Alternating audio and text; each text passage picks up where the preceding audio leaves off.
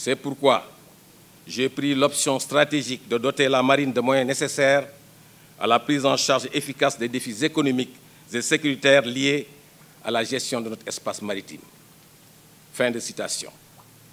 Ce jour, vous avez apporté une réponse claire aux préjugés et à certains cercles universitaires et think tanks qui disent que les Africains ne sont pas capables de développer une pensée stratégique navale. Que nenni, Monsieur le Président de la République, vous avez bien théorisé une stratégie navale et vous l'avez mise en œuvre au moment opportun. Vous avez ainsi clairement ordonné le cap et il s'agit pour nous de le tenir pour arriver à bon port. C'est ainsi qu'au moment où je prends le commandement de la marine, cette armée va amorcer une phase importante dans son processus de développement et de transformation.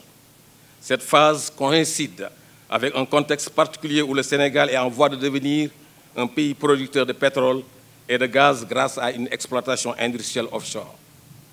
Conscient des enjeux maritimes résultant de cette maritimisation renforcée de notre économie nationale, Monsieur le Président de la République, vous avez mis en place un programme inédit d'équipement et de modernisation de la marine, afin de lui permettre de mieux prendre en charge les problématiques liées à cette complexification de notre espace maritime.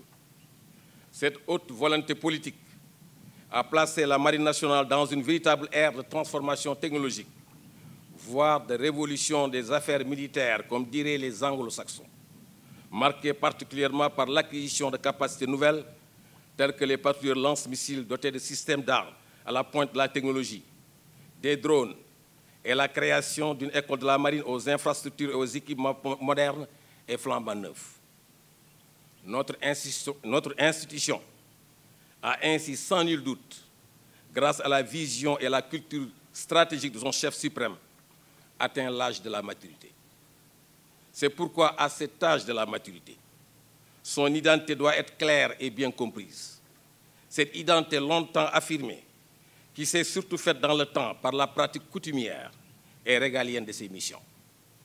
Ainsi, la marine est d'abord d'une part une force navale militaire dont la fonction est encadrée par la loi 70-23 du 6 juin 1970 modifiée, qui définit le cadre d'exercice de la défense et la mission fondamentale des armées. À ce titre, en tant qu'armée de mer, la marine joue pleinement son rôle dans la posture permanente de sûreté, qui garantit l'intégrité du territoire national. Elle est ainsi une sentinelle en mer, chargée de veiller et de protéger le sanctuaire national et aussi de riposter contre toute menace venant du large. Parallèlement, elle s'engage aussi en permanence aux côtés des autres armées, sur le territoire national et en cas de besoin, sur un théâtre extérieur en mettant en œuvre des moyens de projection de force. C'est tout cela qui fait son identité militaire et son appartenance aux forces armées garantes de la défense du territoire et de la protection des populations et de leurs biens. D'autre part, la marine est aussi en même temps une administration dont la majeure partie de ses missions est ancrée dans l'action de l'État en mer. Elle assure ainsi une fonction de garde-côte qui vise à garantir la protection et la durabilité des ressources marines, animales ou minérales contenues dans la zone économique exclusive et qui fait donc appel à des mécanismes opérationnels d'application de la loi dans ce vaste espace maritime sous juridiction sénégalaise de plus de 212 000 km². Elle mène aussi des missions de service public, comme le secours et le sauvetage, afin de protéger la vie de nos compatriotes en mer. Dans cette même veine, la marine aide aussi les autres administrations de l'État compétentes en mer à mieux accomplir leurs missions respectives et régaliennes en mettant en place des cadres de coopération technique et opérationnelle. En définitive, la marine est donc une institution qui repose sur deux pieds. Un dans la défense militaire du territoire et l'autre ancré dans l'application de la loi en mer.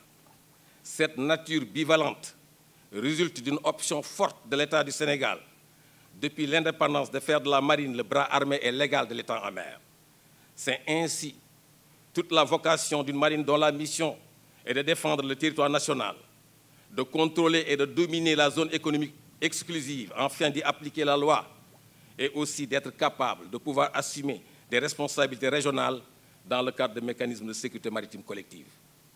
Notre rôle en tant que chef d'état-major de la marine consiste donc à asseoir cette identité et cette maturité de notre institution en mettant en place un cadre de haut niveau d'expression de ses missions régaliennes et de coopération avec les marines africaines et du monde. Pour ce faire, il faudrait que la posture de la marine repose sur une véritable stratégie navale, avec un contrat opérationnel clairement identifié et des processus et des moyens pour y parvenir.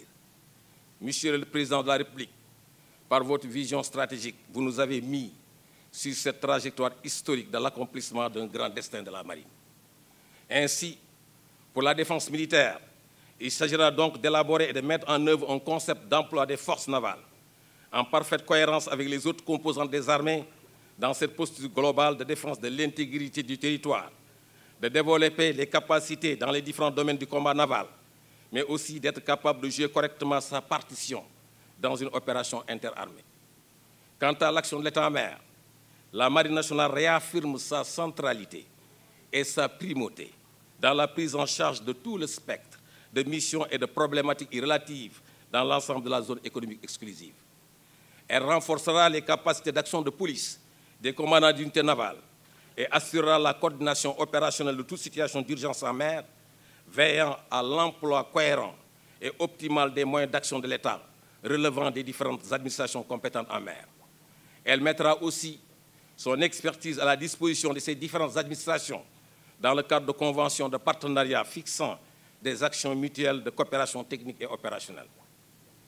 Je mesure la lourde tâche qui attend les marins, car nous devons à chaque instant du déroulement inexorable du temps être plus performants dans nos actions, mais aussi toujours fermes et résilients, comme quand nous affrontons intrépides les violents embruns salés d'une mer déchaînée provoqués par la tempête. Pour atteindre nos objectifs, il nous faut tout d'abord des hommes et des femmes bien formés et motivés, qui aiment leur métier pour toujours faire face à l'adversité en mer. Il nous faut aussi miser sur la technologie qui est un facteur multiplicateur de réussite et d'efficacité dans nos actions de tous les jours. Il s'agira aussi de renforcer le professionnalisme et le savoir-faire du personnel par la formalisation de procédures et modes opératoires et l'optimisation d'une organisation capable de prendre en charge de manière efficiente aussi bien les missions de défense que celles ancrées dans l'action de l'État en mer. Pour cela, la mise en place d'un environnement pédagogique moderne et adapté dans le cadre de l'école de la marine permettra de développer cette culture opérationnelle indispensable à toute marine de guerre, sans occulter l'apport non négligeable de la coopération opérationnelle avec les marines partenaires pour l'acquisition de certaines aptitudes dans les différents domaines de lutte. À cela, il faut ajouter la mise en place d'un écosystème scientifique et technique capable de garantir un soutien logistique efficient et une maintenance adéquate des unités navales et aussi, en cas de besoin, la réparation des systèmes d'armes embarqués. Par ailleurs, la maîtrise de l'environnement juridique et de la législation autour de l'action de l'État en mer permettra de renforcer l'aptitude des hommes à assurer la fonction régalienne de garde-côte dans l'accomplissement des missions de police maritime qui exigent un usage calibré de la force pour exercer l'autorité de l'État en mer. Des marins professionnels et épris du plus beau métier du monde et une maîtrise de la technologie et de l'innovation. Voilà ce qui fonde les grandes marines du monde. Et la marine nationale de notre pays a fait le pari d'y figurer grâce à l'impulsion et la vision du chef suprême des armées. Oui, Monsieur le Président de la République, c'est un privilège d'être un pays maritime. Et c'est cela qui justifie l'existence d'une marine. Et c'est cela qui a fait de nous des marins, des navigateurs, mais aussi des soldats et combattants en mer au service de la patrie. Merci, Monsieur le Président de la République, d'avoir très tôt et mieux compris que nous tous cette citation du prince de Joinville qui dit, je le cite, « En marine, rien ne s'improvise, pas plus les bâtiments que les hommes. Pour avoir une marine, il faut la vouloir beaucoup et surtout la vouloir longtemps. » Fin de citation. Monsieur le Président de la République, vous l'avez voulu beaucoup, en nous dotant de beaucoup de capacités, jamais obtenues dans notre histoire navale. C'est donc en nous de la vouloir longtemps, en entretenant précieusement votre legs historique, qui restera longtemps gravé en lettres d'or dans la mémoire collective de notre chère marine. En mer, pour la patrie, on nous tue, on ne nous déshonore pas. Fermez le banc.